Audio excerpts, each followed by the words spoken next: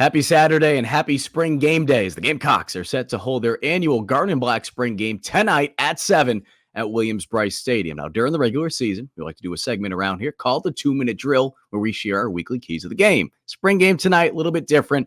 I'm going to give you 5 things to pay close attention to in tonight's spring game. Number 1, we've talked about this a lot and how eager I have been to see Judge Collier playing this game as he competes to be one of the starting corners across from a guy that you would expect to be one of the starting corners, and that's O.D. Fortune.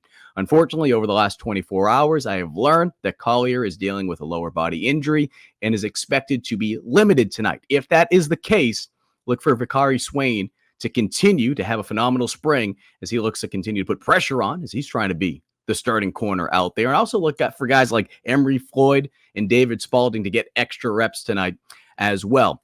Number 2, length and speed. What am I talking about? That edge position, whether it be outside linebackers, whether it be defensive end, I think that could be one of the strengths of this Gamecock team, not just defensively, but as a team in general.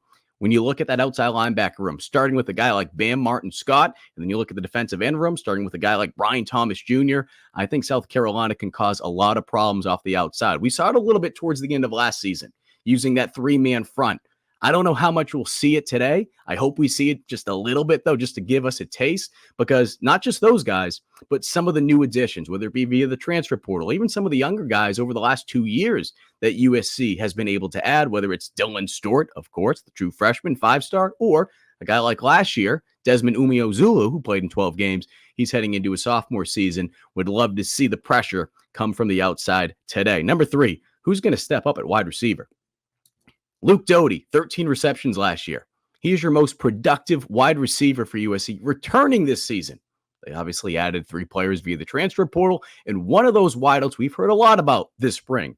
That's Gage Laverdine, the transfer from Miami of Ohio. I'm very interested to see what this young man can do. I'm interested to see, too, Mazio Bennett, true freshman from Greenville. We've heard a lot about him this spring.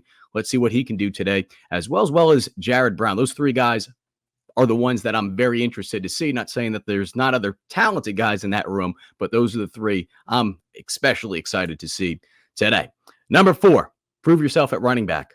With the injuries that have took place, and some of them happened even before they got here, like a guy like Rocket Sanders was dealing with a shoulder injury after he tore his labrum at Arkansas, and Juju McDowell re-aggravated that collarbone injury. That running back room, from a scholarship standpoint, kind of empty. At least it feels that way. Tremendous opportunity for the guys in that room.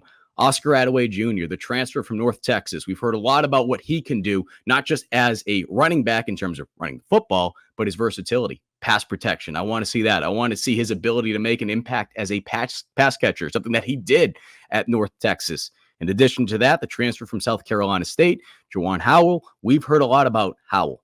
Not just as a bruiser from a running back standpoint, but he's also pretty quick too. But what can he do in pass protection? That's one way to be able to stay in the field. Go ask Marcus Lattimore. He's talked about it a lot. But don't overlook DJ Braswell. Loved what the young man was able to do last season in limited time as a true freshman, played in 5 games.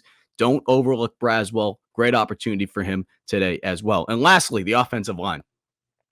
From what I've been told, a lot of the guys who figure to be in the mix for starting spots on the O-line will be with Lenore Sellers on Team Garnet. Now, not all of them, but just a good amount. That's what I've been told. Interested to see how units work together, because when it comes to offensive line, you could be the best offensive lineman in the world, but how do you work with the guy next to you? That rapport, trying to work as a unit. And I think when you look at South Carolina's offensive line room, they have a lot more depth. They have a lot more proven talent, and they have guys that have the ability to be more versatile. They can play multiple spots, a lot of cross-training.